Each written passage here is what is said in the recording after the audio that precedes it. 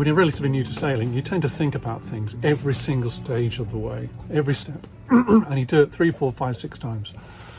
There's no intuition there. There's no real kind of experience to be able to kind of automatically just tick it off your head without even processing it.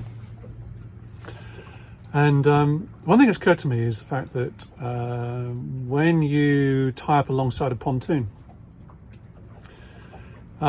it's not always as straightforward as you might think. You know, you get various different tethers, and I'll show you the tethers in a minute. I've just changed them actually.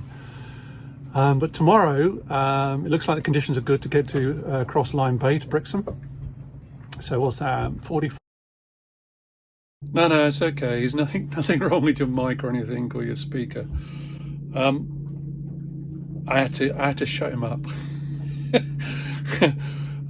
He goes on quite a couple more minutes about the potential, the plan, the distance we're going to sail and everything. Then goes on to about he goes on about mooring. Now, it would have made a really good video.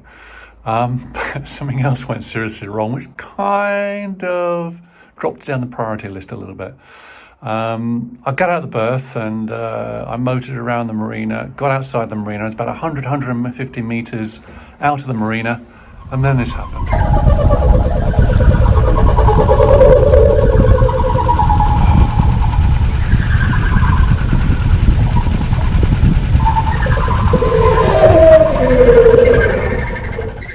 What I did was I dropped anchor. I was about 200 meters across the harbour.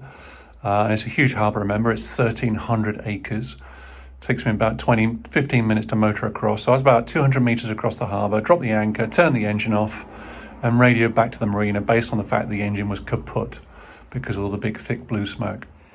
They said there'd be 20 minutes. And then I phoned or VHF'd the harbour authority and told them what was happening, because they were no doubt looking at me, which they confirmed they were. And see, what's this pillock doing anchoring in the middle of the harbour? And they were okay about it, just said keep them informed. And then because I couldn't set the anchor because I had no engine, I wasn't really up to trying to do it with the sails, I started dragging, but it wasn't serious. It was, I think I dragged about 100, 150 metres. It was about somewhere between 10 and 15 knots wind that was westerly. So anyway, the marina, I phoned the marina or VHF the marina and let them know I was dragging but not imminent issue. And they said, fine, keep us posted. And then they came out 5 minutes later and they picked me up and took me in.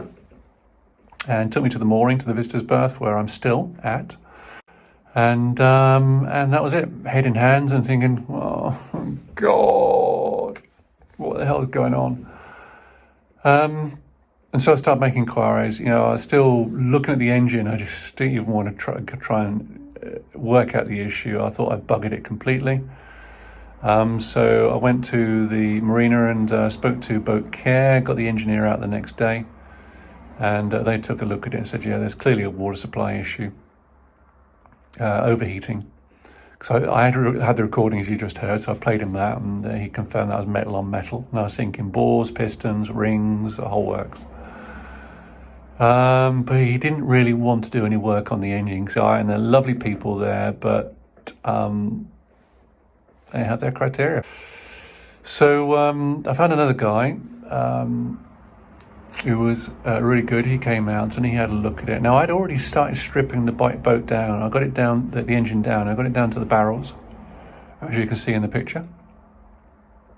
But I could not get the piston barrels off. It was just, they would not shift. Took the studs out or tried to get those out, couldn't get all of those out. Anyway, the point of it was that this guy came out and he looked at me and he says, well, they're pretty tough engines. They can take a lot of crap. And what he suggested was to put the engine back together, run it, and if you want to, and then call him out again, which I will do. He's going to come out on Monday. And he'll have a look at it and listen to it and see where we'll go from there. Because he said there's no oil in the pots on top of the piston. That would normally, there would be plenty of residue there if it had been burning a lot of oil. So I think, well, where's the oil come from? And he said, you couldn't quite answer that. But that's the purpose, really. You know, put the engine back together, run it, see what happens, and go from there.